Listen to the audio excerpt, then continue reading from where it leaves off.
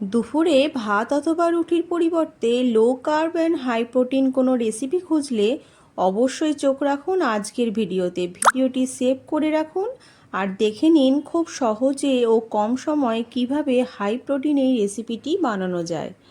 অনেকেই ডায়েটের জন্য দুপুরে ভাত অথবা রুটিটা স্কিপ করেন, তো সেই সমতুল্য কোনো খাবার খাওয়ার জন্য এই রেসিপিটা কিন্তু অবশ্যই ট্রাই করবেন, যেটার মধ্যে প্রচুর পরিমাণে প্রোটিন থাকবে এবং লো কার্বস। তো চলুন দেখে নিই এটা বানানোর জন্য কি কি লাগবে। এরকম একটা বানিয়ে নিতে পারলে কিন্তু পুরো পেটটাই আপনার ভরে যাবে। নিয়েছি পালং শাক, একটা মিষ্টি আলু, আর নিয়ে নেব একটা গাজর। একটুখানি মুগ ডাল নিয়ে নেব, যে পরিমাণ মুগ ডালটা নিয়েছি এই পুরোটাই কিন্তু লাগবে। প্রোটিনের পরিমাণটা ঠিকঠাক রাখার জন্য এই পরিমাণ মুগ ডালটা কিন্তু অবশ্যই নেবেন। তো মুগ ডালটাকে খুব ভালো মতো ধুয়ে মোটামুটি আধা ঘন্টার জন্য ভিজিয়ে রেখে দেব। মুগ ডাল সেদ্ধ হতে কিন্তু বেশ খানিকটা সময় লাগে, তাই সেদ্ধ তো করব না, সেই জন্য অনেকক্ষণ এভাবে জলের মধ্যে ভিজিয়ে রেখে দেব। পাশে নিয়ে নেব পালং শাক। পালং শাকের জন্য নিয়ে নেব সামান্য জল, আর তাতে দিয়ে দেবো একটুখানি নুন। এরকম নুন জলের মধ্যে পালং শাকটা মোটামুটি আধা ঘন্টা মতো ভিজিয়ে রাখতে হবে। তারপর আমি পালং শাকটাকে সেদ্ধ করে নেব। এরপর গাজরটাকে এভাবে গ্রেট করে নেব। পুরো গাজরটা না নিলেও অর্ধেকের থেকে একটু বেশি গাজর কিন্তু অবশ্যই লাগবে।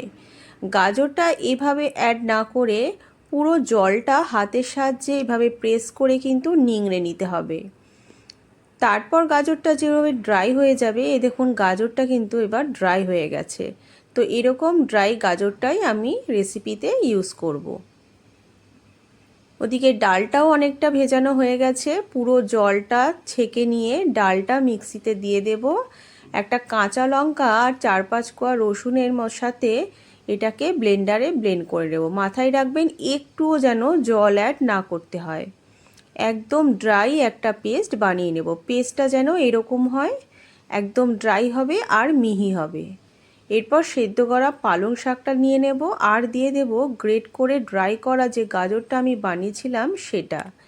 এরপর এই তিনটি উপকরণ খুব ভালো মতো কিন্তু মিশিয়ে নিতে হবে।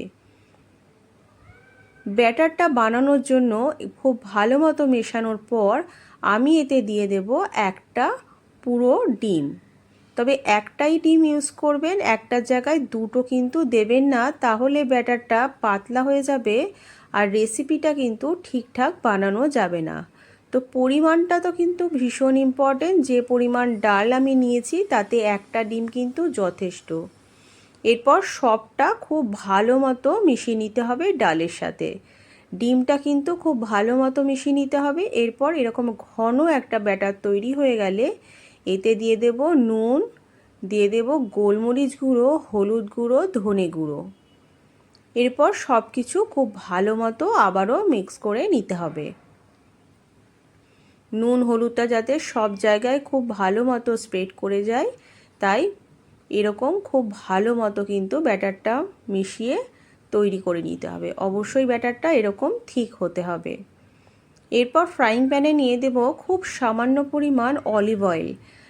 1 চামচের থেকেও কিন্তু কম অলিভ অয়েল নিয়েছি।